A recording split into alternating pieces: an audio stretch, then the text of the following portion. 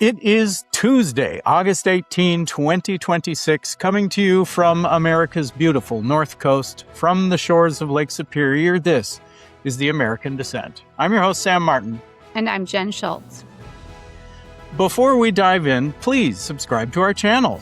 Hit the like button, leave a comment. It all helps as we begin our journey here on YouTube. If you're listening to the podcast, please leave a 5-star review. Thank you ever so much.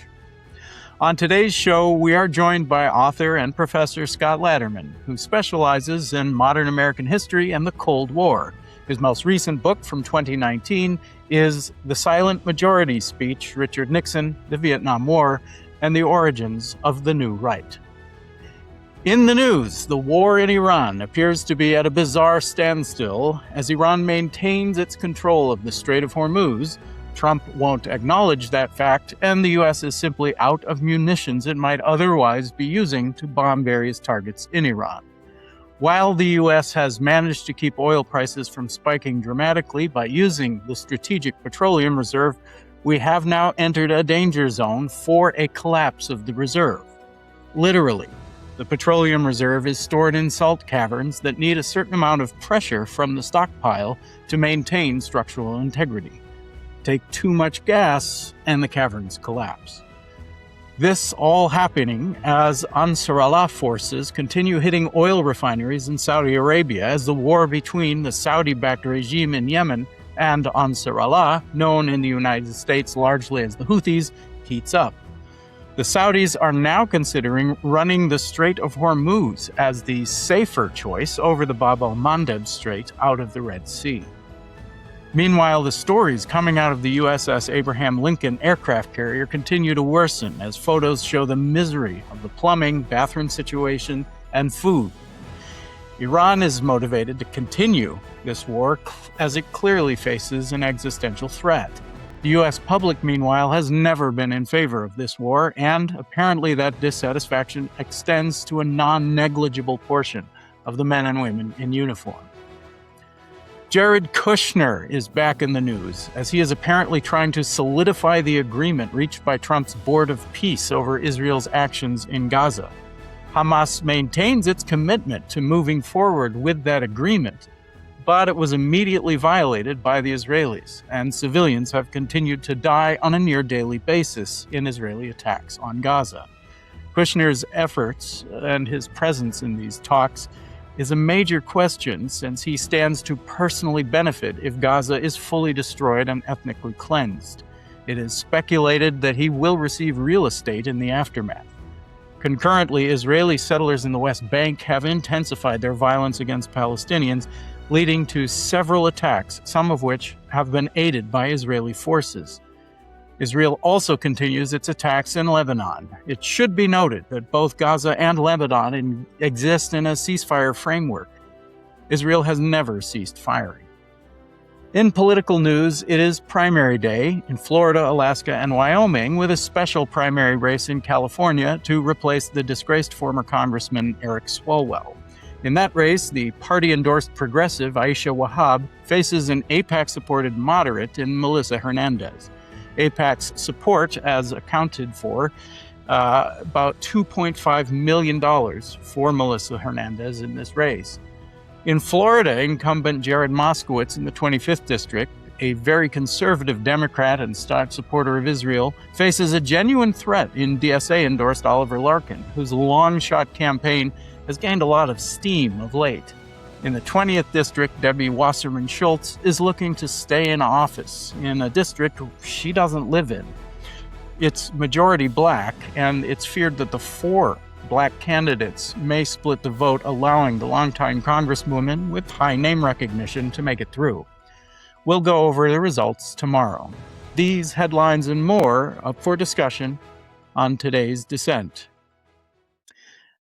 Jen, something happened over the weekend that's got me pretty fired up. What was that, Sam? I guess not over the weekend, but we talked about it a little bit on Thursday, but it just has gotten worse, and it's this race in Wisconsin for the governor. Tom Tiffany is making a lot of hay out of David Crowley's position on data centers, and there's just a couple of little clips I'd like to play for you, Jen, on this particular topic before we turn things over to our guest. Sounds good. So this first one, this is so CNN, at least with regards to one guy there, Harry Enton, is very entertaining. This guy does their polling, and he's very entertaining. Anyways, they did polling, or so he's going over polling of AI and data centers, and I think everybody needs to understand what the polling looks like. Certainly, if you're a politician. Is no debate when it comes to where people stand on AI and data centers, and simply put, it's electoral poison at this point. You rarely see this type of agreement. Oppose building AI data centers in your area. It includes 70% overall. But look at this. On the lower end of the spectrum, you still get 3 in 5 Republicans. You get more than 3 in 5 in urban areas, 63%. And then what's really interesting is you might expect, hey, Democrats in rural areas, rural folks, they don't necessarily see it the same way always when it comes to issues. But on this, they do. 75% in the rural areas and 76% of Democrats. You see across the board clear position, which is the vast majority of Americans and voters are against building AI data centers. And that's why I said at the top, it's simply put electoral poison at this point. When it comes to the politics of it, it is very clear people are against it. Very clear people are against it. Look at those numbers for the GOP, those numbers for rural areas. I mean, this is a cross-spectrum issue. And as we noted last Thursday, David Crowley was on national television doing an interview with NBC. He was asked, what is your main difference with what do you think is the biggest difference you have with Francesca Hung, who the DSA candidate he beat in the primary? And his answer was data centers. She was vehemently against data centers, and she was for a moratorium on data centers. And he's appears to be pro data center, or at least is not in favor of a moratorium on data centers. Well, Tom Tiffany, the Republican in this race, who's extremely conservative, extremely right wing, he is a congressman currently representing the northwest part of the state, and he is an election denier through and through, the whole 9 yards. And he's probably, I mean, if you look at his heart of hearts, I'm sure he'd be perfectly fine with these data center people moving in. But I want to just show you an attack ad he put out. This thing is powerful. And I think the Democrats are in big trouble, at least in the governor's race in Wisconsin. Meet data center David Crowley. There's an opportunity for us to really become AI and a data hub for not only for the entire country, but for the entire globe. And he wants you to pay for it. Data center David Crowley won't roll back data center tax incentives. Our lakes run dry. Family farms paved over. Why? Because Crowley's campaign is funded by the people building them. Data center David Crowley. Big tech wins. Wisconsin pays. Oh my God. Yeah. This is not, I knew that Crowley would be in trouble with Tiffany, but I hope they have footage of Tiffany saying positive things about data centers, or the Democrats are definitely in trouble. I don't know, but I bet you Tom Tiffany's going to have a lot more money in this race. But anyways, I just wanted to rant about that because Wisconsin he's going to have to walk it back. Crowley is at some point. I don't know how. He's so committed. And the argument again was, this guy's more electable. Vote for him. And they spent a huge amount of money in the last 2 weeks. What was Evers thinking when he got in the race and endorsed him, knowing where he sat on the data center issue? Well, I don't know where Evers sits on the data center issue. It's just electoral poison. These polls, they're not new. I mean, that particular poll that Harry Enton, that was a national poll. That was national. We would I would like to see polling in Wisconsin. I don't know if they've done polling specifically in Wisconsin on that issue, but I can't imagine they deviate much from the national issue. But as I will point out that when we talked with Craig Grau last week, he said that he said that Racine, which is where the bulk of the data center stuff is going on right now, Racine voted for David Crowley over Francesca Hahn quite considerably. Now, Yeah. that's partially just geography of the state. David Crowley is well known in that part of the state. That's kind of the Milwaukee area, kind of, but that is definitely worth noting. So maybe the polling, if you were to poll Wisconsin individually, but as we know, these polling within the states has just not been very accurate lately. So I don't know if they've done issue polling specifically. That's actually a good thing to we could bring Duke and Patty back on to talk specifically. Maybe, but I'm sure on David Crowley's campaign team, there's disagreement about what direction he should go right now. No doubt. Right. I mean, it might even already be in disarray in that case. They've just started the general election. They're probably already in disarray.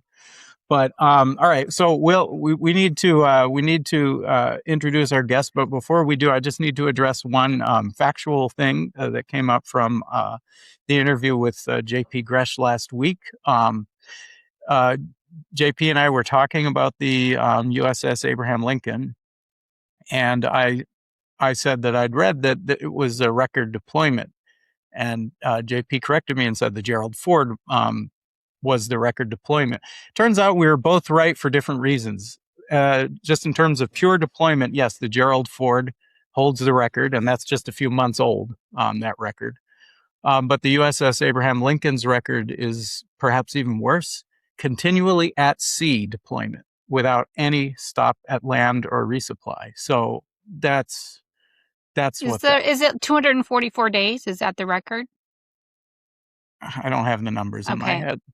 But I think that's the Abraham Lincoln record. Mm-hmm, I think the Gerald Ford is over 300 days deployed. Okay. But they did have they had port stops. Yes. Mm-hmm. And even in World War II, these ships had port, they visited ports. They had breaks. Let's bring Scott on. I'm sure Scott might want to weigh in on this. Yes, I mean, there's a lot in the news, and we want to hear from Scott on that. So joining us now is Scott Laderman, professor of history at the University of Minnesota, Duluth. Professor Laderman specializes in modern American history and the impacts of the Cold War. He is currently the co-editor of the Culture and Politics in the Cold War and Beyond book series for the University of Massachusetts Press. His most recent book from 2019 is The Silent Majority Speech, Richard Nixon, the Vietnam War, and the origins of the new right. Scott, thank you so much for joining us today. Thanks for having me. It's great to be here. You should also plug your Substack, Scott. How can they find your Substack? I did start a Substack. You can find it at Scott Laderman. That's Laderman. Scott Laderman is one word, .substack.com. We will post a link in the description for sure. But well, we've just been talking elections. Jen and I can't help ourselves. I mean, it is election season and all these kind of things. And I've been saying, Scott, since you are an expert on the Cold War, and there's been the Republicans have made it very, very clear from Trump on down that their strategy is to use the word communist in abundance. And it is my position, as I've said to Jen many times, that word has much more meaning to people over the age of 50 than under the age of 50, just because of how old people were, when the Berlin Wall fell. So I guess my first question to you is, obviously, there is that Red Scare fear that still exists in the United States, and it's kind of ingrained and built into the fabric of who we are as a people. But where do you think things are politically in the salience of the word socialism, which, as I feel like, is now fully accepted in modern American politics, but which is why they've moved away from socialism and into communism as far as their attacks on Democrats? Where do you think we are with all that? Well, I don't think the sort of red baiting that we've seen historically has the same salience now that it has in the past. And in a moment, actually, I'd like to connect this, if I can, to the issue you were just talking about, which was the USS Abraham Lincoln, because I think as a historian of the Vietnam War, there are some interesting connections that we might make there. But no, it's very clear that, Trump's, spewing of communist, it just doesn't land the way that it once might have. Part of that is because Trump has very little credibility with people, but also I think significantly because socialism and communism, of course, are not the same thing, but socialism as an idea doesn't scare people like it might once have. One of the most popular politicians in the United States, Bernie Sanders, openly has identified for years as a democratic socialist. And in fact, many of the people who formed Trump's base are people who might have supported Bernie Sanders in 2016. In fact, a number of them have been interviewed and said, if Sanders was the candidate rather than Clinton, they probably would have voted for the Democrat. And so I think, it just doesn't resonate today in the same way that it once might have. Now, if you'll permit me, Please. to jump off a little bit here, that I think I'm really interested in the USS Abraham Lincoln issue. And I say this as someone who does work on the Vietnam War, and in particular, some of the popular movements that emerged during the Vietnam War. One of the things that has struck me is the growing dissent that we see within the American armed forces. Now, it hasn't really materialized in political terms yet, but clearly people are speaking up and speaking out aboard the ship about their dissatisfaction with their conditions there. And there is a strong potential, I think, for that to become something more organized in terms of political opposition. And what strikes me about this as a historian of the Vietnam War is how much that parallels some of what we saw in the very late 1960s and into the 1970s during that war, when military dissent became an enormous force. In fact, one of the things I think that drove the end of the war. By the early 1970s, the Nixon administration couldn't count on the U.S. armed forces to continue to execute the war. There were far too many soldiers, sailors, Marines, flyers protesting against the war. You had in the U.S. Navy sailors who were registering their dissent by, for example, sabotaging their ships. There were polls taken in San Diego, California, of sailors getting on these ships, whether they wanted to go serve in the war effort. Overwhelmingly, they did not want to. They identified with the anti-war movement, in fact, became a very important part of the anti-war movement. Now, that's not how we remember it today, of course. Today, the popular myth is that the anti-war movement treated the American armed forces with hostility, spitting on returning soldiers, for example. There's virtually no evidence for this. All the evidence points to that support in the American armed forces overwhelmingly for the anti-war movement and their opposition to U.S. militarism in Southeast Asia. So I think there's something really interesting happening on the USS Lincoln right now, with the potential to spread elsewhere. I mean, I imagine, I haven't seen polling about military personnel who are currently stationed in the Middle East or aboard U.S. ships in the region, but my guess is most of them, just like most Americans, don't find this a particularly compelling use of their energies, of their tax dollars, and certainly of the lives that they're putting on the line in engaging in this sort of military folly. So there is some potential there for this to explode, I think, into something much more considerable. Well, just to dive in on what you're talking about here and the dissatisfaction of the military, let me just share a photo and have you comment on this. This is, I'm sure you've seen it. This has been all over the news, but so there's a airplane. So this is Trita Parsi tweeted this out. Well-known scholar on Iran and these kind of Middle Eastern subjects.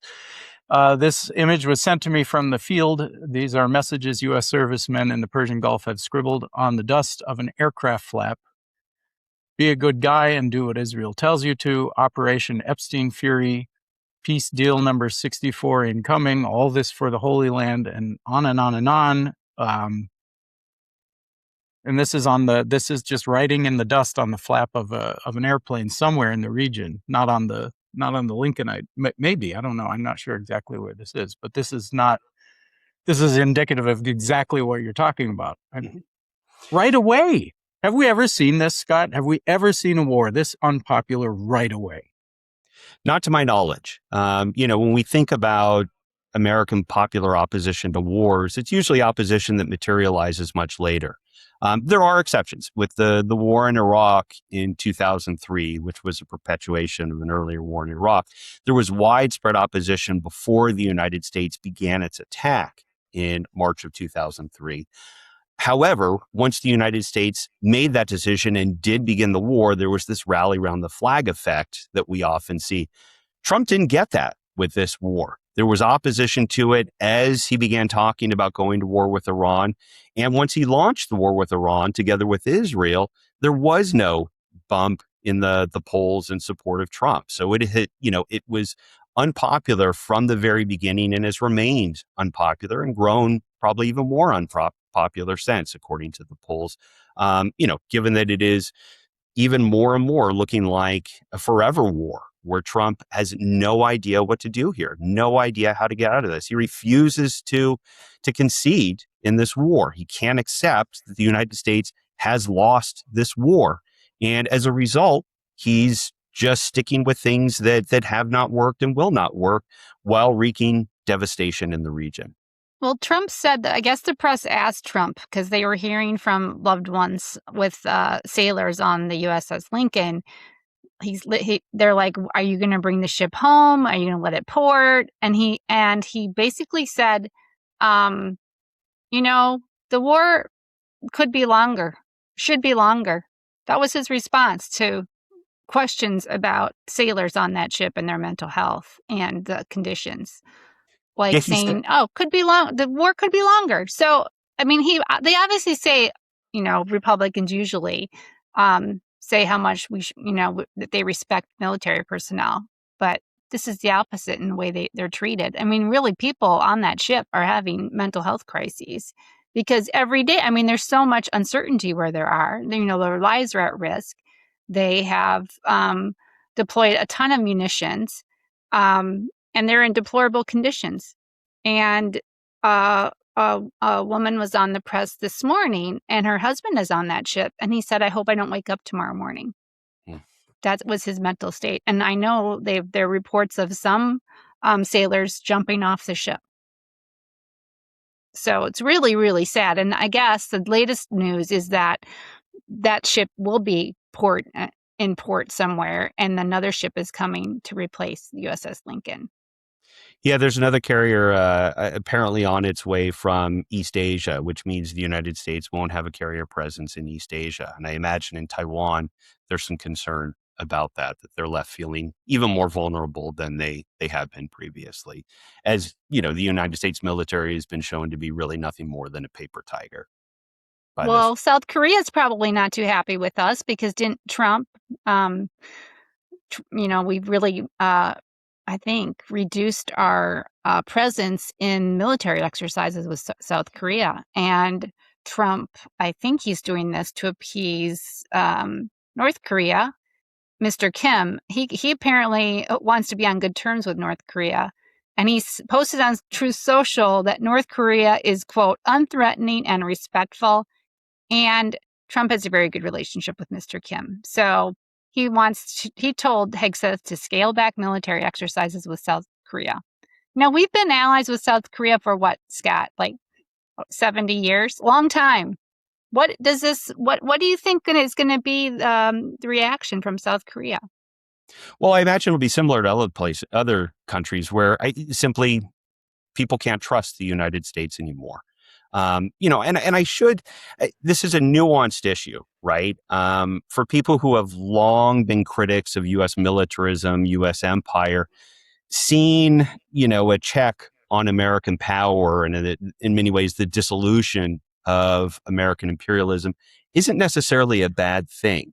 But the way that we're seeing this play out, where the United States is considered completely unreliable now, completely indifferent to international law and treaties, and increasingly just an absolutely explicitly rogue force in international relations, that's a real problem. And so the United States has basically been spitting on its friends and embracing its adversaries in ways that are going to be doing enormous long-term damage, I think, to American relations with other nations around the world, and certainly with American credibility. Scott, I would put myself in that camp of critics of American imperialism abroad, and what you just said really did strike me, because part of what made the election in 2016 so difficult for Hillary Clinton was Obama's pivot to Asia, and and this plan to basically do with Asian countries what we had done with Mexico and Canada with NAFTA, the Pacific Partnership. And it was being sold as being the NAFTA of Asia, basically. And that was huge. It is hard to impress upon people how much of a factor NAFTA was in separating rural America from the Democrats. I mean, this was the big, big thing, separating Democrat, because it was Bill Clinton's thing. Mm-hmm. NAFTA was Bill Clinton. And then Obama was doing the next version of it, which would have, in my opinion, been even more damaging to what was the very little industrialism that was left in the United States, that is left in the United States, because the Trans-Pacific Partnership, I just remembered the full name of it, TPP, was not, did not happen. I mean, that's one of the things Trump may very well, in his heart of hearts, been in favor of the TPP, but he recognized the political advantage of running against it. So he did run against it, and then he didn't move forward on it. But that whole pivot to Asia thing, and Biden continued with the pivot to Asia, was about treating China as some sort of major enemy and threat to the United States, and that we need to hold hands with these various countries in the Asian region as a bulwark against China, which to me seems a little ridiculous, to treat a country of 1.5 billion people as an enemy, simply put, and just kind of leave it at that. But then again, I'm a critic of American imperialism. But it seems like with what Trump has just done, whether people like it or not, the pivot to Asia is dead, isn't it? I mean, is there any hope of restoring this idea?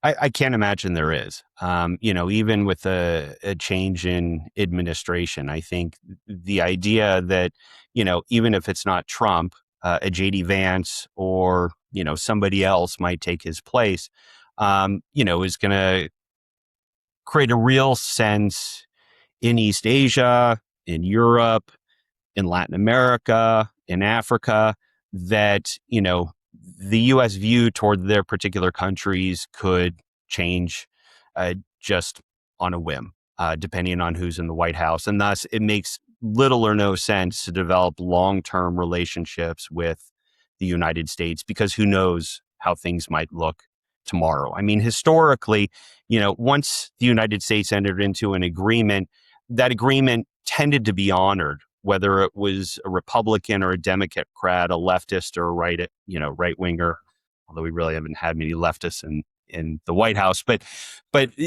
whether whoever it was in the White House, that they would honor those commitments. And the Trump administration has blown all of that up. Nobody can rely on the United States anymore. And so I think it would be a fool in a foreign capital who would make the argument that, we ought to now engage in some new treaty with the United States or develop some sort of a closer relationship, because they simply can't count on that in the future. It'd be one thing, I think, if, the Trump administration was facing concerted opposition, by the Republican Congress, but they've completely rolled over. And many of them have joined the same sorts of rhetorical attacks. So, I mean, what that suggests is, they can't count on at least some level of sanity, honesty, integrity within one of the two major political parties in the United States. And therefore, it would be absolutely foolish to count on that sort of a commitment in the future. Yeah, and all this for another forever war in the Middle East, which you already covered that ground. But it's just so remarkable. It's kind of insane. And since you are an expert in the Vietnam War, I mean, there are certainly parallels here, right? You have a White House, in the 60s it was Johnson, and now it's Trump that just kind of fell into this thing. Certainly there was more of a sales job for the Vietnam War. And part of that sales job was the Red Scare and the dominoes and all that stuff. None of that exists today. I mean, there is no proof or evidence that Iran was going for a nuclear weapon. None. In fact, the only evidence we did have was when we had the JCPOA and the international, the IAEA, had inspectors in there saying, no, they're not developing a nuclear weapon. That was the only sales job for this war. Israel gave Trump information that they were going to have a nuclear weapon within weeks. This was a year ago, Operation Midnight Hammer. We send, very high flying bombers over to bomb nuclear sites there, whatever. And it just, there was no sales job to the United States at all. At least in Vietnam, you had the Gulf of Tonkin, and in the Iraq War, you had the long sales job, about a year-long sales job, including Colin Powell, lying to the United Nations and all that kind of stuff. It's just, we're in a very different time, and it's not just like looking at foreign affairs as far as trusting the administration and trusting the U.S. government. I mean, who listens to, aside from his very, very deep supporters, like cultists, basically, who listens to anything Trump says and believes a word of it? I mean, he says we have complete control of the Strait of Hormuz. Nobody believes that unless you're lying to yourself. Whatever he says, I'm great friends with Kim Jong-un, as Jen just mentioned. And it's like, do we believe that? It's just, I think he aspires to be friends with all these dictators. But no, I think what's different, Sam, maybe you're going to ask a question, but I think people are getting information immediately, right? They saw what was happening in Gaza. And so propaganda from the government is not going to work when people are getting information on social media. And they're seeing pictures right now from our military, from sailors on those ships. So it's a little bit, people were seeing what was happening in Vietnam, but not as readily and not everything. There were reporters embedded with the troops in Vietnam, right, Scott? So do you think that's one difference? There is a difference in that way. I think the reporting, how we tend to remember how the Vietnam War was reported, I think doesn't really comport with the reality of the time. Yes, you could find occasional reports in the mainstream press, at least the corporate press, that revealed dissent within the armed forces, that showed, particularly in television footage, U.S. troops engaged in misdeeds, burning down villages, for example.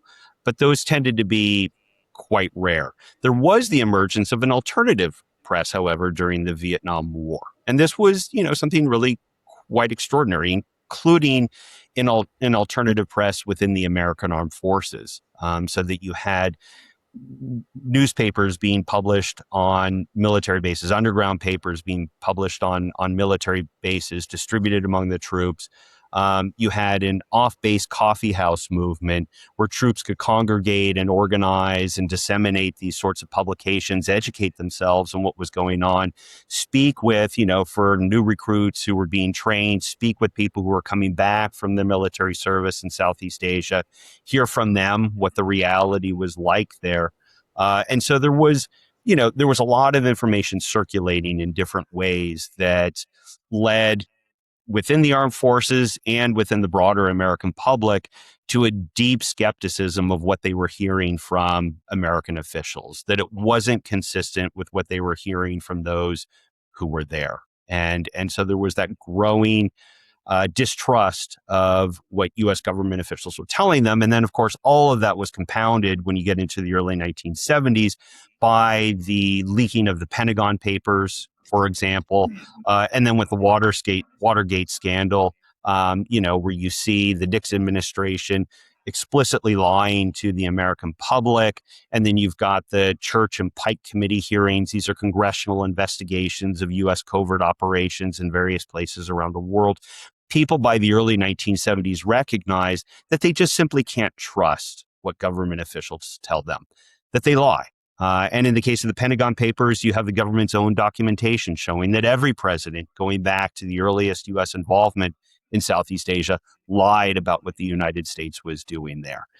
That's a lesson, unfortunately, that many Americans, I think, forgot in the intervening years. There was a concerted effort among American elites to try to restore confidence and faith in both American power and the exercise of American power around the world, but also in various American elected officials. So that, by the time you get to 2003 and the war in Iraq, when you've got George W. Bush talking about WMD programs under Saddam Hussein, far too many Americans believed him. Despite all the evidence suggesting that this was a problematical narrative, people were willing to believe him because this was a time of crisis. This is what our elected officials are telling us. They wouldn't lie to us. And of course, history suggested the opposite was the case. They regularly lie to the American people. In fact, I think that skepticism about official claims is probably one of the healthiest legacies that we've seen come out of the Vietnam War, but it's one, unfortunately, that's been too often forgotten by large segments of the American public. Scott, on that note, can you talk, we've been talking about media in this kind of in the background, but the idea that, in the late 1960s, when the war began, there were three main stations and a few newspapers of record. Notably the New York Times, which is still kind of the newspaper of record. And even in 2003, there was most Americans, if not the networks, it was cable news, and there was only a handful of stations. And these are all corporate-owned entities, and they always have been. And so could you talk to, because now it's very different, because now news is diffuse and it's spread. You could watch this show and get a different view than you're going to get watching, local ABC News or whatever. But could you talk about, because this all goes to the idea, put forward by Noam Chomsky in his 1988 book, Manufactured Consent, right? The idea that the media is working with these government that's, as you said, obviously lying to the public, but they're all kind of getting together to lie to the public. Now, there's the idea, there's two conflicting ideas here, and that I hope you'll address. There's the idea that back in the 60s, everyone was more or less working from the same set of facts, even if those facts were not at all facts. But people had the same, because they all watched the same three networks, and those three networks were reporting more or less the same thing. People had an agreed basis of argument when they got together with friends and talked. And to an extent, that was true in 2003 as well. I was in college at that time, and, we would get into arguments about these things. And for the most part, we were all operating from the same set of facts, which was coming from cable news or the New York Times and these kind of things, which were also found to be wrong and lies. Half the people I talked to believed Colin Powell's testimony at the UN, and half the people did not. It was just, you had to decide whether those were true facts or not. And now it's a complete Wild West in terms of where you get your information. People are not starting arguments from the same underlying set of facts. But then again, you have more of a chance of actually learning what facts really are because of the diversity of media. So how does manufactured consent play a role in all this, and the media and all that kind of stuff? And where do you see things going? Yeah, there's the diffusion of various media sources is both offers both great potential, but also great jeopardy. The potential, of course, is in the ability of people to tap into all sorts of alternative means of learning about the world, that they may not get through the major television networks or the cable networks or, the mainstream newspapers. And that's existed for a while, but of course the rise of the internet has made it easier than ever for people to access those alternative sources of information. The peril, of course, is that anybody can put anything out there, and misinformation, disinformation spread widely, so that people often, well, they're frankly often functionally illiterate when it comes to being able to discern what's accurate and what's not. On top of all of that, too, we have the additional problem, which is that, I think you put this well, Sam, there was an agreed upon set of facts. How you interpreted those facts, how you understood those facts might have differed. What we see today is, for many people, facts and evidence just simply don't matter. There is a rejection of empirical reality on the political right that I think is really quite extraordinary. And this taps into a long-standing tradition in the United States of anti-intellectualism, but seems to be operating on hyperdrive here, where there's not even an attempt to pretend that facts and evidence matter in many cases. And that's, deeply alarming, I think, for those of us who recognize that as much as we might like to live in a fantasy world, reality is still going to impede. We may want to deny that climate change exists, and many people do, but we still have to live with the reality that it's happening and what that's going to mean for us going forward. We may want to pretend that vaccinations cause autism and do more harm than good. But the reality is that those diseases that we're supposed to be vaccinating against are going to come back and attack communities that are going to do tremendous damage, whether we believe that those vaccinations actually work or not. And so, that's a problem that I think even transcends the diffusion of information that we're going to have to contend with. That, we need to return to a state in which people actually accept that there are certain realities in the world. And we need to provide that education to people to be able to distinguish between reality and fantasy. And that's something that, Jen and I as educators clearly need to be working on. But it can't just be happening, at the university level. We need that happening from an early age, that sort of media literacy, the ability to discern reality from fantasy. That's something that, if we don't get a handle on that as a society, we're frankly doomed. Well, I think I'm going to plug this really good article that was just put out in The Atlantic by Rose Horowitz, I believe. And anyway, it's called The End of Reading. And it's about the decline of literacy in this country. And it's a really good article. I encourage people to read it. But yeah, I mean, young people we teach, Scott, they get their news from social media, from watching videos, from clips, from Joe Rogan. And I am very worried that they're just not reading. They don't even know, the national newspapers, like where to go get their information. Maybe they'll find Breaking Point, Sam, or some other good independent journalism podcast, or listen to this podcast. But yeah, no, I agree with you, Scott, that this really jeopardizes our country and our democracy.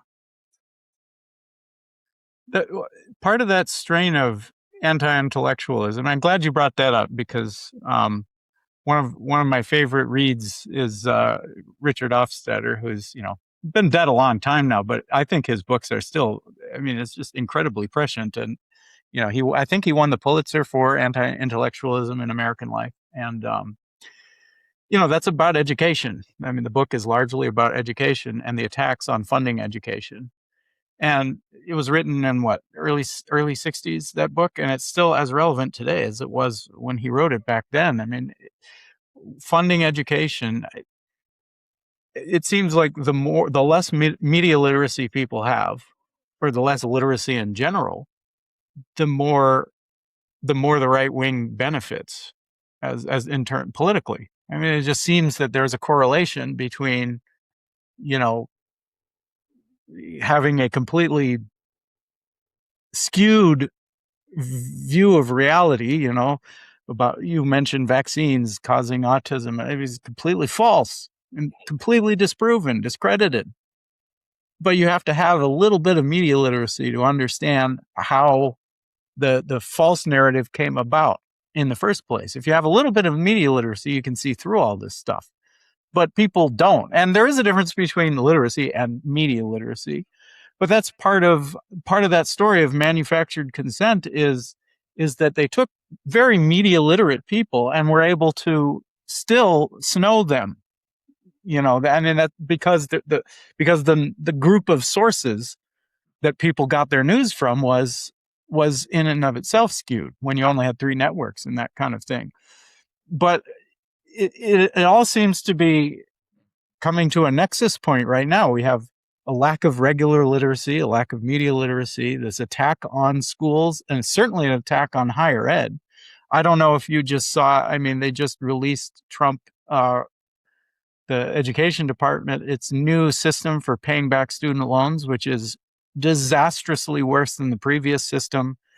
I don't know if you saw this, but they've increased the payback period by 50%. So now instead of paying for 20 years and then having your loans forgiven, you have to do it for 30 years, and they increase the amount of the minimum payment for student loan debt repayments. It's getting way worse. And this is after, Biden tried to wipe out a lot of student debt. So that's clearly an attack on higher education. It's like, look. Look at what Texas is doing. So they have Texas Tech. They have a chancellor president who is a former Republican state legislator who went after higher education. And now they are using AI to monitor everything that's taught by the faculty at Texas Tech. And so they're going through all the syllabi, and they're getting rid of they want the faculty not to use certain books, not to use certain things on issues of sexuality or gender.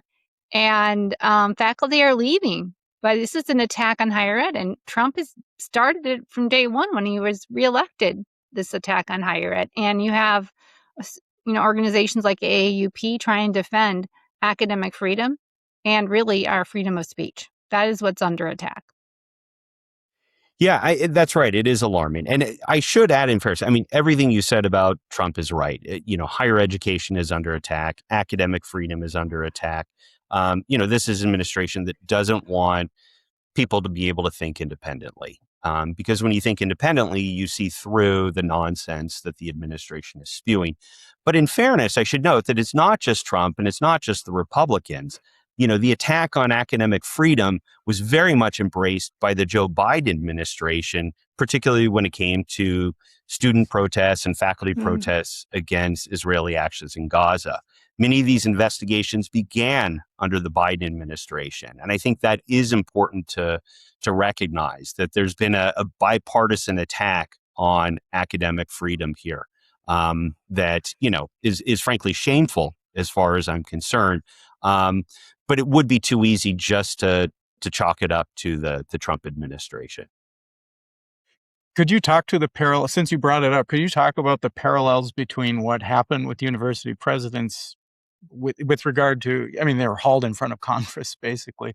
It reminded me a lot of the 1950s. It was like, it's crazy. It is. It's extraordinary. Academic we're seeing attacks on academic freedom now that I think are undoubtedly the worst in American history, that surpass anything that we saw in the 1950s with the anti-communist attacks, with people being hauled before Congress, faculty having to take loyalty oaths, people losing their jobs. All of those things happened in the 1950s, but it is much worse today. People are losing their jobs. You've got former elected officials being put into positions of leadership in institutions of higher education. Jen, you mentioned Texas Tech. The AI that they're using to scan for certain keywords in syllabi so that the various, certain books and certain ideas can be just excised from the curriculum. It is really at a level that we've never seen before, and absolutely terrifying. And all of that began, it started to be normalized, at least under the Biden administration, when it became acceptable to go after people over their views on Gaza, ostensibly in the name of combating anti-Semitism. I mean, many of those, of course, who were most outspoken in opposing the genocide in Gaza were Jewish students. That didn't seem to matter. This was still being done, under the fig leaf of putting an end to anti-Semitism, which was running rampant or said to be running rampant on American campuses. And so that opened the door to the sorts of attacks that we're seeing today, which have been tremendously escalated by the administration. Not just in using the courts or the Justice Department launching investigations to go after faculty for things that they've said, but also using things like funding mechanisms to try to steer what universities are doing. Cuts to research funding, cuts to grants, putting universities on notice that if they don't toe the line, their financial future, their financial security is going to be questioned. I know my son is looking at colleges right now. He's going to be a senior, and I'm excluding any university where the president didn't stand up to the Trump administration, where they just That capitulate. includes the University of Minnesota, our institution. Well, didn't they just lose a lawsuit of faculty? Why don't you talk about the lawsuit that they just lost? Well, they settled a lawsuit. This goes back to the Roz Siegel case at the University of Minnesota. Roz Siegel is a historian of genocide and of the Holocaust. He's an Israeli Jew.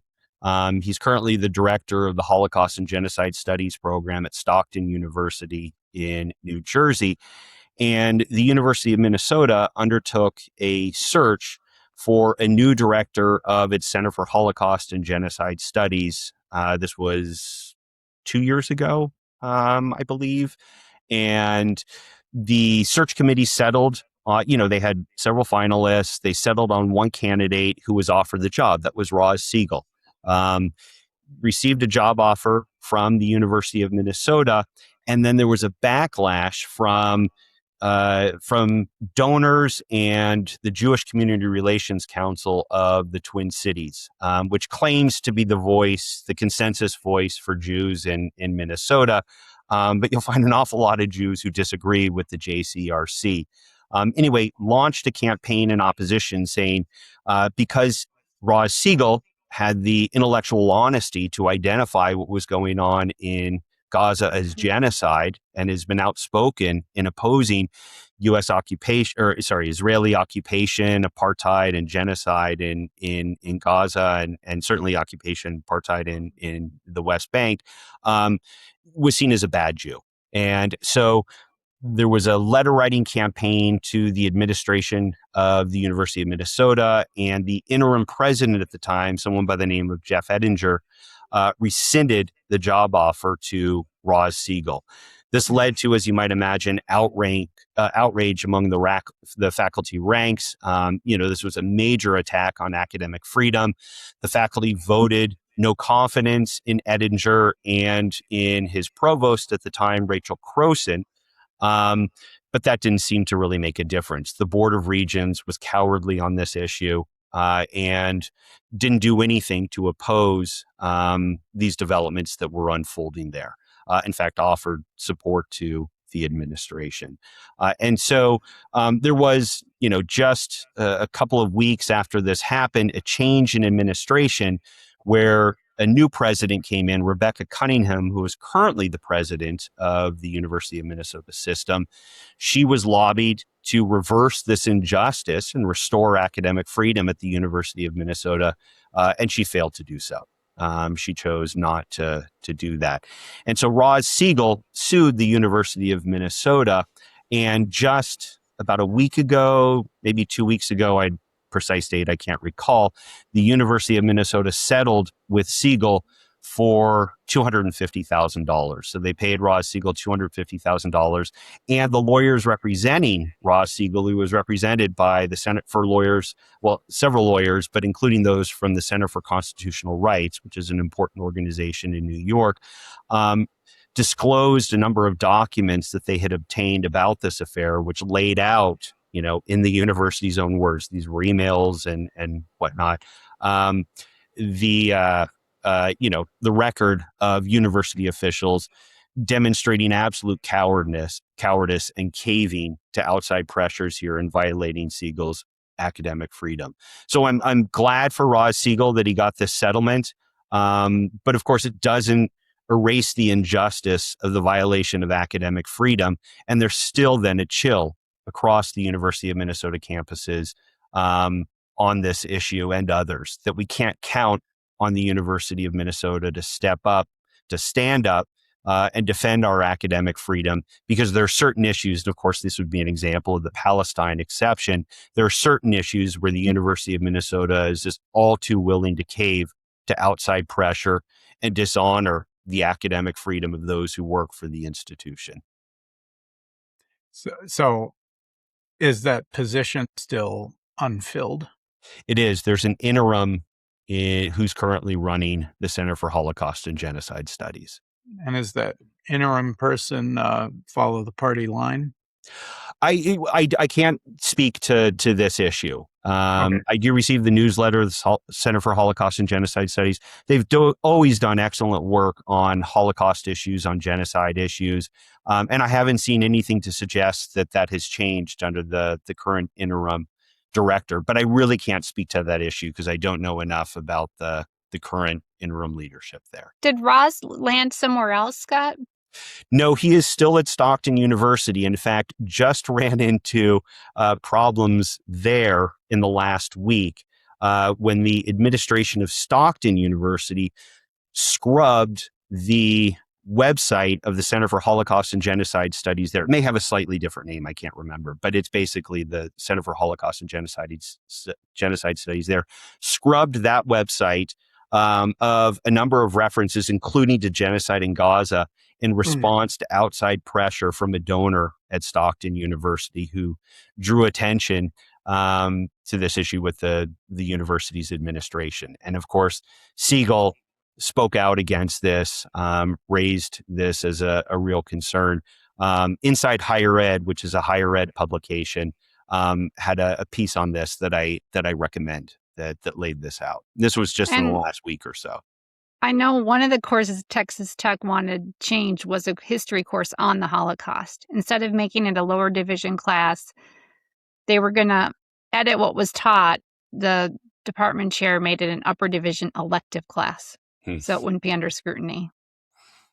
Interesting. Sad. Yeah. It's the state of American universities. I mean, we're seeing things happening now that would have been inconceivable 10 years ago. But that are just fundamentally changing the nature of our institutions and imperiling not just the academic freedom, but the freedom of all of us, because universities have always been the one place, the one institution we can rely on to be able to challenge perceived wisdom, conventional wisdom, to be able to challenge perceived authority. And that's increasingly coming into question. I mean, I am very glad I'm not an academic in Texas or Florida or some of these other states right now. Right, where they have a lot of elected officials or former elected officials running those universities. And many of those folks say faculty should not run or be in administration of a university. I think the opposite. I think faculty should be the ones in administration because they, I think, understand what's important and know what faculty deal with and care about the students. Yeah, I mean, there was a time when that was considered normal, that, you may not want to go into administration, but you had to step up and just do your duty for a bit before you return to the faculty. What we have now is this professional class of administrators who are paid far too much money, and there's far too many of them. They often don't have academic backgrounds. They don't understand the function of a university, or at least they don't agree with what a university should be, and they're imperiling higher education then across the United States, while at the same time souring the public on higher education because of the administrative bloat we're seeing, because of the excessive salaries, and because of, frankly, their just embrace of the corporatization of higher ed. It's a real threat not just to the places where we see playing out most directly, places like Texas and Florida, but to higher education across the United States, because this is something that affects all of us. And people ask, why is tuition? My son looking at colleges right now, universities. I don't know how people can afford to send their kids to a 4-year degree university, even a public one. It is so expensive, and I think we could reduce tuition significantly if faculty did become part-time administrators and we got rid of those making millions of dollars a year. Yeah, I agree. I think we would be better institutions for that. We do also need, of course, state legislatures to step up and provide the funding that they should be providing to our institutions of higher education. But of course, the universities give them all sorts of ammunition for why not to. When they have presidents who are making over $1 million a year, or, as something I just wrote about, in the last couple of days, stiffing the faculty and staff while providing huge bonuses to the administration. And, if I were an elected official, I wouldn't feel particularly inclined to provide additional money to universities if those are the sorts of things they're prioritizing either. Well, that, and every single state in the country, the highest paid public official is a coach of a university sports team. That's right. In all 50 states. That's right. It's obscene. The level of money that goes to, football coaches, basketball coaches, to some extent hockey coaches, but it's far less, at least with hockey, than football and basketball. I mean, it's truly obscene. It's outrageous. But based on what you said, it seems like there's a mighty parallel that can be drawn between money influence in the higher ed system and, of course, money influence in politics. It seems like it's just money influence everywhere. I mean, we are being completely taken over by an oligarchy at this point. No, I absolutely agree. And there's been some good scholarship on this, some good writing on this. The rise of the billionaire class and their capture of the federal government, and we're seeing it in higher ed because we've frankly privatized our public colleges and universities. They're no longer receiving most of their funds from the state. They receive most of their funds from tuition. There's very little to distinguish them now from private universities. And what that means is, because they're reliant on these private sources of funding, they're much more susceptible to the sorts of demands and pressures that people are willing to put on them. And that's a threat to the academic integrity of the institution, because outside pressures shouldn't be dictating what we do in our classrooms or in our research labs. That should be driven by questions of intellectual curiosity, the desire to advance knowledge. And that's not how things are playing out in higher education today. And I want to point out something else. The importance of higher ed is universities provide, or have historically and continue to this day, to provide an incredible service just in general, because when the government wants something researched, like, for instance, a fly that puts larvae inside of livestock that kills the livestock, for instance, what could I possibly be talking about? All of these things, it's university research teams that lead the work on these. It's like we, as a nation, as a public, we farm out all of this research of all these things that people don't know anything about. Like, Republicans frequently run on, they'll look at some huge list of funding in some massive bill, and way down somewhere there's some bizarre reference to some lizards' mating habits, when in fact what they don't point out is that could have a major impact on the development of some vaccine or something. We don't know what they may sound ridiculous if you cut them off from their context. Like, a lot of things sound ridiculous when you cut them off from their context, but we rely on universities for so much more than just teaching people. And this is all, it all seems to be of a part, to go back to that reference to the Hofstadter book, Anti-Intellectualism. It is by cutting all this off and this anti-science push among the right wing, it's all power politics, basically. Because if you don't have the information and you don't have the people being informed, then they have to take what these people are saying at face value because they don't have any context otherwise. It's just frightening. It's frightening as all hell. I don't know. This is not good. So what do you think are solutions? Or what do you see as a way out? Well, certainly a re-energized left, I think, is important. And here, I know we've talked about this off camera here, or at least exchanged some emails about it. But I'm thinking, we're here in Minnesota, we're right next door to Wisconsin. There's a long progressive tradition in the state of Wisconsin. Going back to Robert La Follette, who proposed the idea, the Wisconsin idea, as he called it. And one of the things about La Follette's administration was that he stacked it with nonpartisan faculty members from the University of Wisconsin, people who had expertise. And I think we lose something when we start to, as J.D. Vance put it, treat universities as the enemy. Universities are the enemy. That's a problem because, as you point out, while people outside the university may not always see the direct relevance of what we do here to their lives, it's incredibly important to what we've become as a society. The basic science that takes place in universities leads to, medical treatments that might not otherwise have ever existed, to solutions to environmental crises that we're all going to be confronting, in addition to, the sorts of things that just make our lives richer.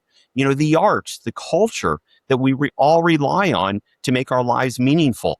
All of this stuff, germinates in the university. Universities are at the center of what makes American life great. And when we start attacking the universities, when we treat them as the enemy, as the right has done, when we see them as centers of indoctrination rather than places that teach critical thinking skills, teach students how to question everything that they thought they knew, when we see them as the enemy, that degrades society as a whole and makes us all poorer. It also makes it harder to compete with China. I mean, they're getting ahead of us in science, clinical trials, drug development, now AI, because the Trump administration, the current one, has frozen a lot of the grants that would fund this research, scientific research that would probably end up saving, possibly hundreds of thousands or millions of lives if a new drug is discovered. And that is just not happening. So we won't know what we've lost because, right? We don't know the alternative. And so that's, I think, what people should be worried about if they care about getting the best health care, living the best quality of life, etc., that the Trump administration is froze those grants. It has. I mean, it's been extraordinary to see the way that the administration has been shooting itself in the foot, or at least shooting the rest of us in the foot, in its attack on research and on higher education. Because, even in thinking about, crude notions of competitive advantage, the United States is placing itself far behind other countries that are actually making investments in basic science and research. I mean, and it's not just the research funding, it's the attack on immigrants as well. Many of those scientists and other scholars in American universities who are making these tremendous strides are not U.S. born. These are people who have come to the United States because our colleges and our universities are attractive places to work. They get funding to do their research. They have the academic freedom to do their research. They're supported in their research.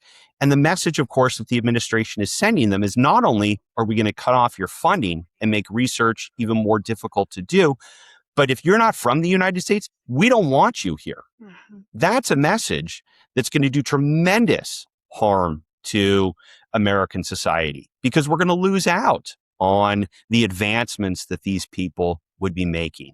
And it's not just, of course, the intellectuals. I mean, the xenophobia, the anti-immigrant sentiment that we see is going to be harming everyday Americans too, because these folks, as members of the U.S. workforce, are essential to paying our Social Security, our Medicare, and so on. And how are we going to fund that going forward if we just don't have people working, enough people working to be able to fund these programs? That's an issue that the administration hasn't yet explained. I And mean, so, we're shooting ourselves in all sorts of ways that I think most Americans don't fully comprehend at this point. and they just arrested or sent to a detention center a faculty member on a green card Yeah. in California. Yeah, you heard about that. So scientists, faculty are not going to want to come to this country because they're going to be afraid that they'll be sent to a detention center. And we have an exodus in faculty, researchers leaving the U.S., and they're being recruited by other countries. Yeah. And so this is going to have a long-term impact that we won't be able to recover from. I absolutely agree. Yeah, you said it perfectly. So let me get things back to solution. You mentioned a resurgent left. Obviously, that's music to my ears as someone supporting this kind of newer leftist populist movement, which as shown this year, the past 2 years is just shocking wins over and over again, and then some heartbreaking losses here and there. You heard I started before we introduced you here. I got on my little rant about what happened in Wisconsin, where the leftist candidate just lost by just a hair due to a consolidation around this David Crowley, who's on the absolute wrong side of the public on this data center issue. But that's a governorship, and that's a state elected official. Those races are different than what we're seeing and at the congressional level and even at the Senate level. If we look at Michigan and we look at Minnesota, frankly, with a significant race between an AIPAC-backed, very, very conservative Democrat versus Peggy Flanagan, who won, and who's going to be an ally of Bernie Sanders when she goes to the Senate. And there seems to be more and more of that. I mean, there will be no fewer than, I think, 8 committed DSA members elected to Congress in November, because these are people who won primaries in non-competitive districts. So we've had movements like this. The left has risen in the past, and they've been beat down by, the Red Scares. And I mean, you can go back to the Wilson administration and beating down the left, and you can go to the 50s we talked about, beating down the left. I mean, how different is this moment? And can a resurgent left? And by the way, these leftists, they're not to the left of the leftists from the 20s. I mean, these are like FDR style politics. They're all basically mainstream Democrats of the 1930s at this point. Is this a real movement? Do you think this is going to have real, assuming, the elections move forward and everything goes okay November, which, we have to assume that for now. Is this real, what we're seeing, do you think? I think it is. And I think it's a very significant and very important moment. And I think there are some striking parallels. I mean, no two periods, perfectly mirror each other, right? But there are some really interesting parallels here, I think, to the late 19th and early 20th centuries, where you had then as now, the emergence of, this was during, the American Industrial Revolution, and then the Gilded Age, the emergence of an oligarchy there that just dominated American society, and in which most Americans found themselves really often struggling to get by. Their efforts to organize in unions were being suppressed. Workplace safety really didn't exist. Monopolies dominated American society, in meat, in transit, in oil, and steel, and so on. When we look to where some of the successes are from the early 20th century and rebelling against that sort of corruption, the sort of socialism that emerged in Wisconsin in the early 20th century, I think is not a bad place to start looking, where you had, socialist mayors elected in Milwaukee, for example, as well as a socialist member of Congress from that area, Victor Berger, who weren't socialists in the sense of arguing that, we ought to, basically the workers ought to capture the means of production, but rather, how can we govern well and improve the lives of the people who live in our cities or live in our districts. And Sewer socialism. Sorry, say that? Sewer socialism. Sewer socialism, right, is what it was called, right? Focusing on sewers, on infrastructure, rather than having debates over, Engels or Lenin or whatever. I mean, your average Wisconsinite in 1910 wasn't particularly interested in debating the merits of the Communist Manifesto. They just wanted to be able to get running water. And so, what you saw was an organization among socialists there towards just improving lives for everyday people, building the sewers, providing the public transit, building parks and providing leisure spaces then for people, instituting public health campaigns to try to cut down on child mortality. The sorts of things that led to real advances in people's lives, where they enjoyed a higher quality of life. They had greater faith in their public institutions. They felt like the government was really working on their behalf.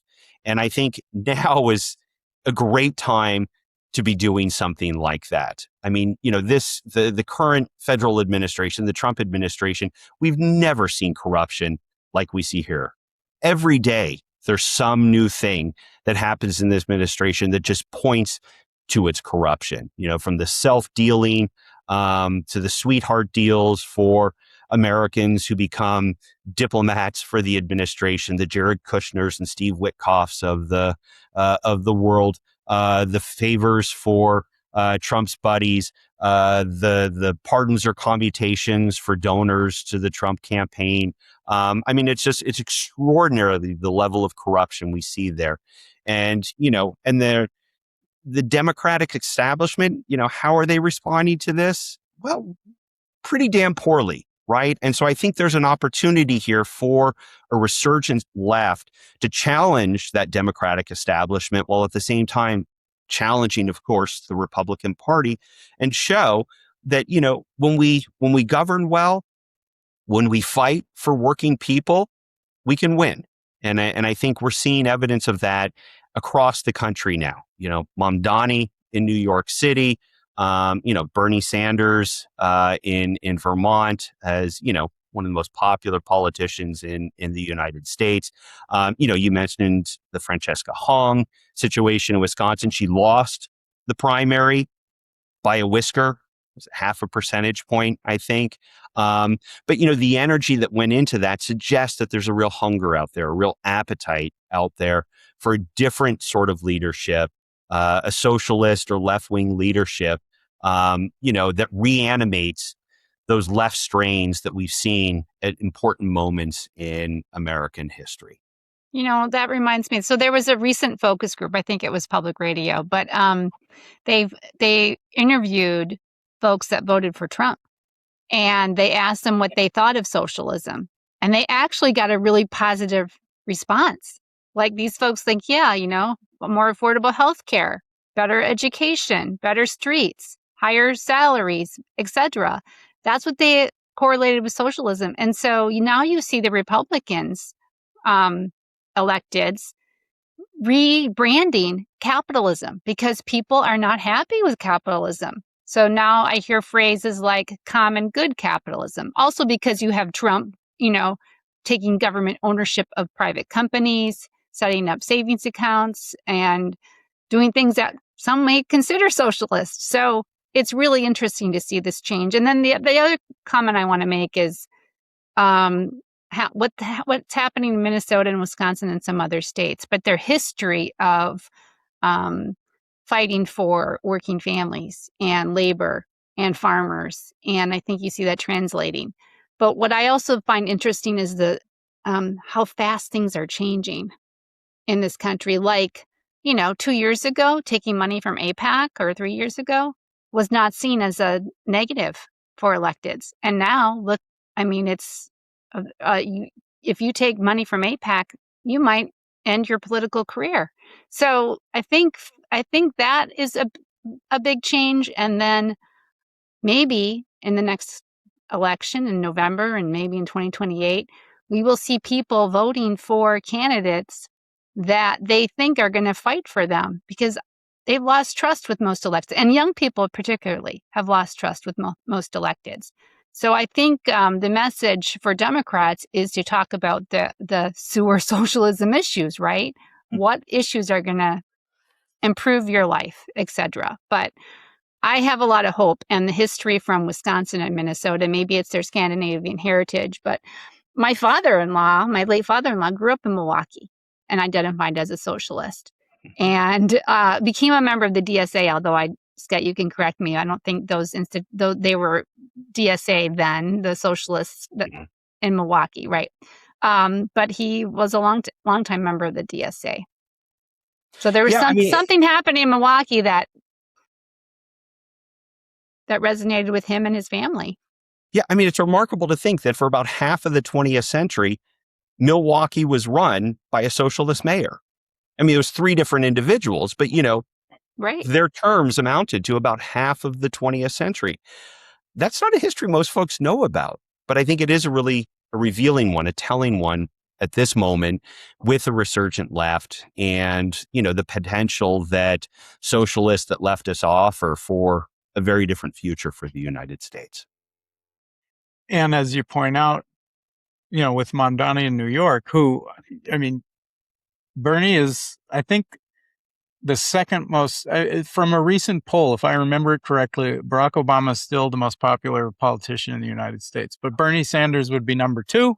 And then it's like a tie between AOC and Zoran Mamdani right there with Bernie. I mean, all Democrats, but 3 of them socialist Democrats or social Democrat, however they want to describe themselves. Part of this is these words have lost any kind of meaning they might have had back in the 1920s. But now someone like Abdul El-Sayed or someone like Melat Kuros in Colorado, or any of these people running on the DSA ticket, although Sayed did not run as a DSA member, but any of these people running out from the left can point to New York and say, see, it's working. Because every day, literally every single day, and it just pops up in my feed every day, I see it, there is a press conference announcing some new initiative or some new progress made in New York City. Every single day, Saturday and Sunday included. It's just unbelievable.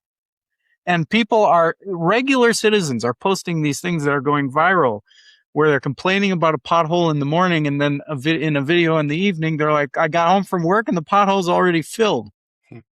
Well, they just had free childcare. They had free childcare, so it's called Parents' Night Out in New York City, and the city offered free childcare, rec activities for several hours for kids certain age. Yeah, incredible. So this is something that all of these candidates can now point to. Thank God, in my opinion, thank God Zoran Mamdani is governing effectively, because now everyone can point to that and say, see, this is what we want to do for the whole country.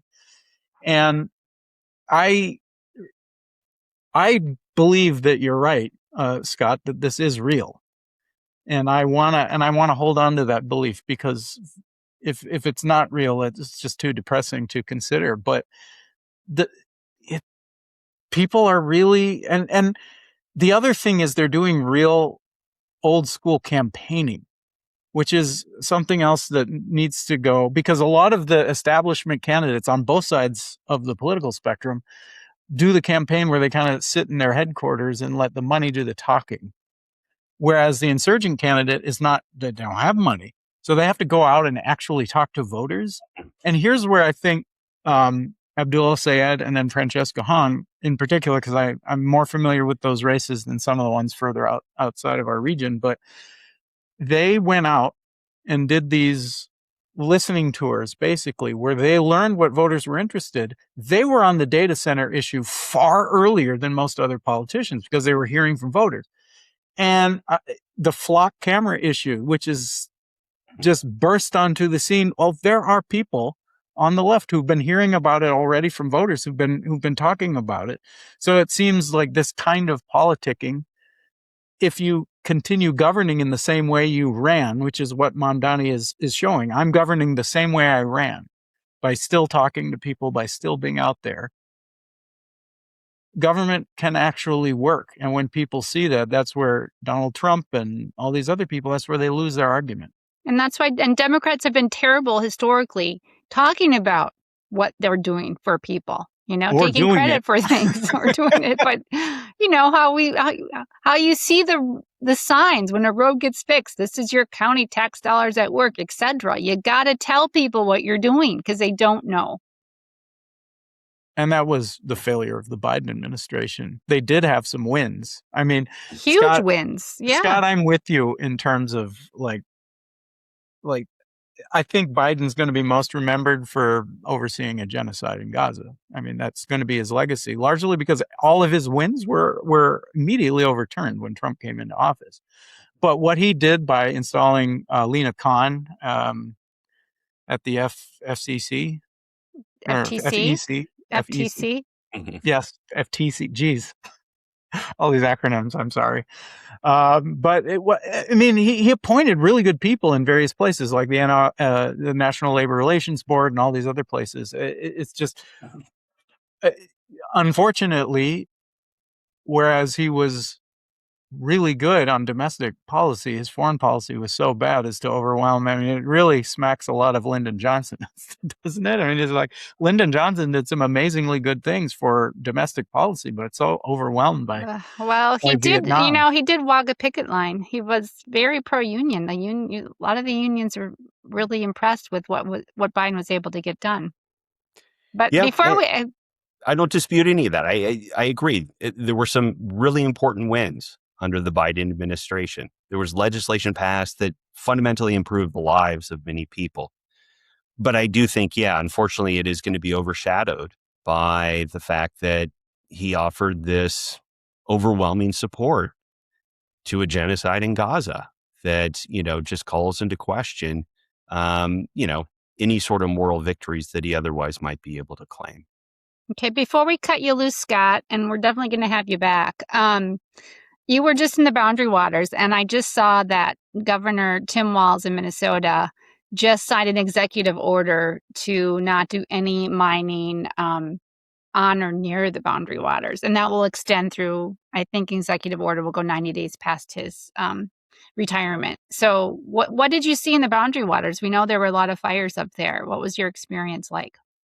Our experience was wonderful. I was off the Gunflint Trail. We really didn't see any evidence of the fires that were still burning up there, happily, but it is happening. So it was a pretty picture perfect Boundary Waters experience. I mean, the weather was fantastic. It wasn't buggy. And of course, the scenery is just absolutely spectacular. So a wonderful trip. This is a victory. I'm delighted to see that Walz signed this executive order. It is temporary, and so there needs to be further action at the legislative level on this, particularly given uncertainty about who might be in the governor's office next year. And moreover, it only applies to the Rainy River watershed. There are two other watersheds that are going to be affected by potential mining projects up in the area, and I still have ongoing concerns about those as well. So where in the Boundary Waters were you? Where'd you put in, Scott? I put in at East Bearskin. Yeah, my daughter worked for an outfitter up in the area last summer, Hungry Jack Outfitters, for those listening. Wonderful folks up there. Go to Hungry Jack and rent anything that you might need. But, she just grew, she fell in love with that area. And I've spent a fair amount of time in the Boundary Waters, but I'd never been in at East Bearskin before. And my daughter, Sam, recommended that. And it was a great recommendation. So we encourage all of our listeners to go to the Boundary Waters if you haven't been. Indeed. It's majestic. It is. Yeah, northern Minnesota is very beautiful. Indeed. As is California, where you're originally from, right, Scott? That's right. Yeah. A few more people in California. There's a few more people there. I just returned to Minnesota from living there for the last 10 years. So. Our area up here around the Great Lakes, it's a sort of the best kept secret. I was just listening to another podcast and they were like, well, what's in Minnesota? What's in Michigan? And the guest was like, the Great Lakes are beautiful, but I don't want anyone to know that. Yeah. I know we got to be careful about how much we publicize this, but it is, there's a reason I still live here. It's spectacular. I love it. Well, listen, Scott, as Jen said, we'd love to have you back. It was a fantastic conversation. And there's going to be more to more to talk about with regards to the outcomes of primaries, because of course primaries are still going on. The majority of them have already happened, but in addition to today's primaries in Florida, which are of major note, there's a couple others today as well, but we still have upcoming a major primary to keep an eye out for in Massachusetts. Longtime, I wouldn't call him a leftist, but he's definitely friendly to the left. Senator Ed Markey faces a challenge from a much younger, very much more right, conservative, I should say, Democrat, and Seth Moulton. So that's important to watch. New Hampshire primaries coming up. So there's a few in September to keep an eye on, a couple of runoffs next week. And we'll, of course, keep everyone abreast of those. So on behalf of Scott Laderman and Jen Schultz, I'm Sam Martin, and this has been Our Dissent.